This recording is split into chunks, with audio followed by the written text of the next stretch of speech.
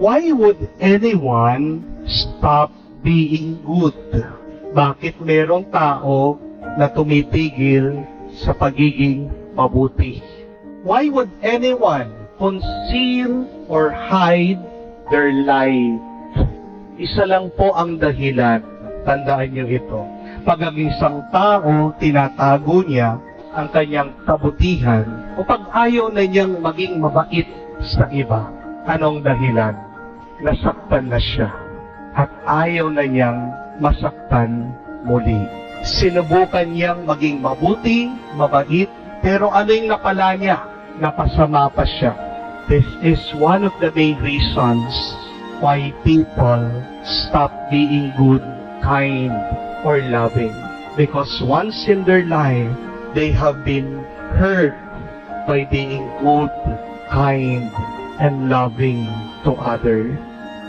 Oo nga naman, tingnan niyo po yung mga nakasimangot sa inyo. Bakit nakasimangot? Kasi may pinagdadaanan na sakit at problema. Amen?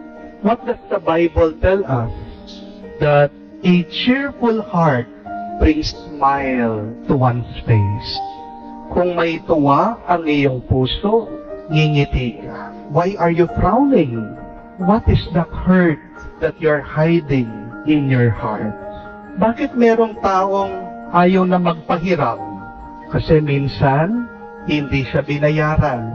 Naniningil, siya pang masama, siya pang sinisigawan, siya pang tinatakbuhan, siya pang inaaway.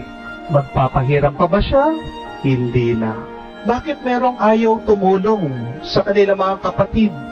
Kasi inabuso ang kanyang pagbibigay. Kasi naging pabigat dito sa isang kapatid. Inaasa na lang lahat sa kanya. Bakit merong tao nawawala ng amor o pag-ibig sa kanyang asawa? Dahil nasaktan, pinagtaksilan, pinagpalit sa iba. Bakit merong tao ayaw na magsimba, ayaw na magdasal? Kasi tapat na darasal, nagsisimba, ginagawa ang lahat para sa Diyos. Pero hindi pinagbigyan doon sa kanyang prayer request. When someone experiences hurt and pains in their life, you cannot blame them. They hide their life. Pero magandang tanong po yan. Why should we continue being good despite of others being bad to us? Why continue being holy when all that you experience are just sufferings and pain? Ano ang dahilan para ilabas mo pa ang liwanag na binigay ng Diyos? Magandang tanong yan. Tatlong mabuting dahilan. 3 good reasons.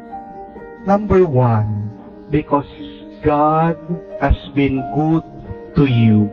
Bakit magpapatuloy ka sa pagiging mabuti? Kahit na ikaw ay nasaktan na, ikaw ay ginawa ng masama, kasi ang Diyos nananatili siyang mabuti sa iyo. Even if others are bad, God remains good and loving to you.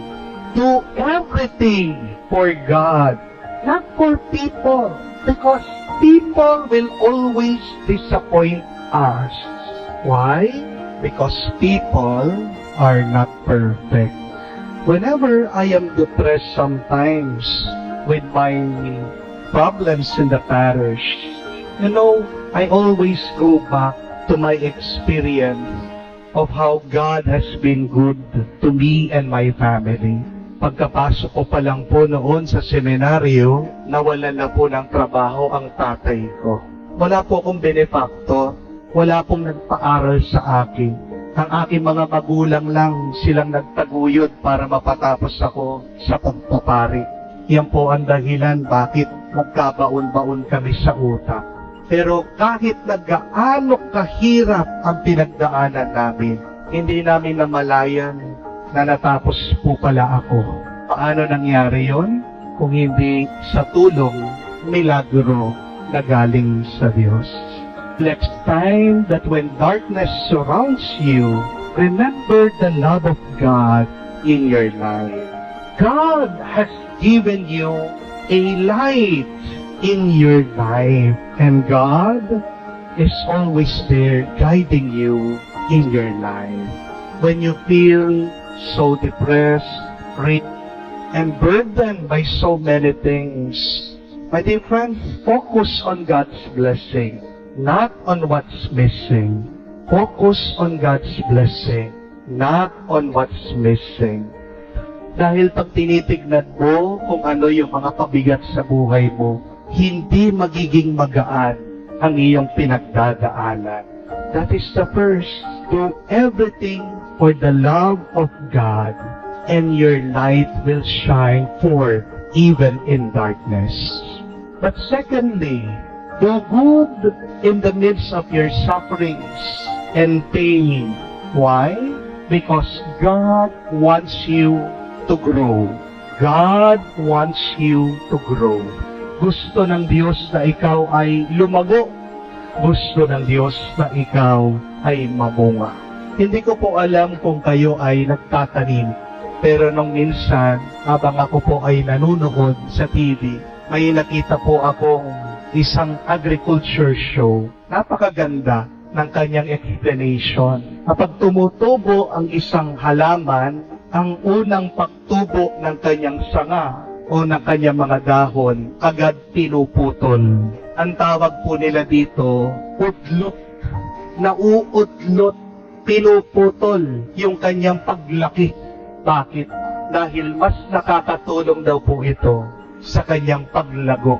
Nagiging mas matatag, mas malakas, mas healthy ang halaman. Napakaganda pong paalaala, hindi po ba? Na minsan, kailangan masira ang mga plano mo para magkatotoo ang pangarap ng Diyos sa iyo. Remember that whenever your plans are destroyed, it is because God is creating His dream for you. God is placing His more wonderful, more mind-blowing, more surprising plan and will for your life. Remember that a sign that you will succeed in your life is a great suffering. Ano ang tanda na malapit ka na magtagumpay sa buhay? Yun yung pag marami nang lumalaban sa iyo, naninira sa iyo, marami kang nai-encounter na hinaharapan na pagsubok. Bakit? Di po ba sa pelikula, bago manalo ang bida, binubugbog muna. So, use your pain to become your strength. Use your suffering as a step towards your success in life. Embrace these mishaps in your life. Accept these unplanned accidents, these problems, these challenges as an opportunity for you to grow. Remember also, my dear friends, that God allows you to experience bad things in order for you to become the person you are meant to be. Kung hindi mo pagdadaanan ang mga pagsubok na yan, hindi ka magiging ang tao na pinapangarap ng Diyos para sa iyo. Di ba, hindi mo makikita ang liwanag kung maliwanag ka. You cannot see the light when the sun is shining already. Kailan mo makikita ang liwanag? Sa dilim. That is why let us thank the darkness in our life. They help us to shine. Continue to be good even in the midst of your problems because it is a way for you to grow. Thirdly and lastly, be good still even in your suffering because you will inspire people by doing so. Allow me to quote this very beautiful line from our patron saint, Saint Teresa of Lisieux, who once said, "Suffering gladly, born for others, convert more people than sermons." Ang ganda po, no? Suffering gladly, born for others, convert more people than sermons. Hindi mo alam na meron ka palang pinapalakas ng loob pag ikaw ay nagpapatuloy na maging mabuti, mapagmahal at banal kahit na ikaw ay nahihirapan sa buhay. Yan yung sinasabi ni Santa Teresita. Pinakamagandang paraan para makonberte, para mailapit mo ang mga tao, ay yung maging matiisin ka, maging masaya ka sa iyong pagdurusa. Mas magandang paraan pa yan kesa sa paghuhumilya, pagsisermon ng pare. At kulang na kulang po tayo dyan. Yung nagpapatotoo sa ating pananampalataya. Pwede kang magpatotoo. You can preach through your actions, my dear friends. Hindi lang po kami mga pare ang nakakapagpahayag ng pananampalataya kay Kristo. You're also challenged to do the same with your life in simple things. By being patient with your husband or wife, by continuing your work, kahit na kakaunti ang iyong sweldo, naghihirapan ka, napakarami mong utang, sa pagpapatuloy ng pagdarasal, kahit na puno ka ng mga pangamba, takot sa buhay, you can bear witness to your faith in simple ways. At hindi mo alam, meron palang nakatingin sa iyo at nai-inspire mo siya. Why should you continue being good even if you're ready to let go already? Even if you are ready to give up?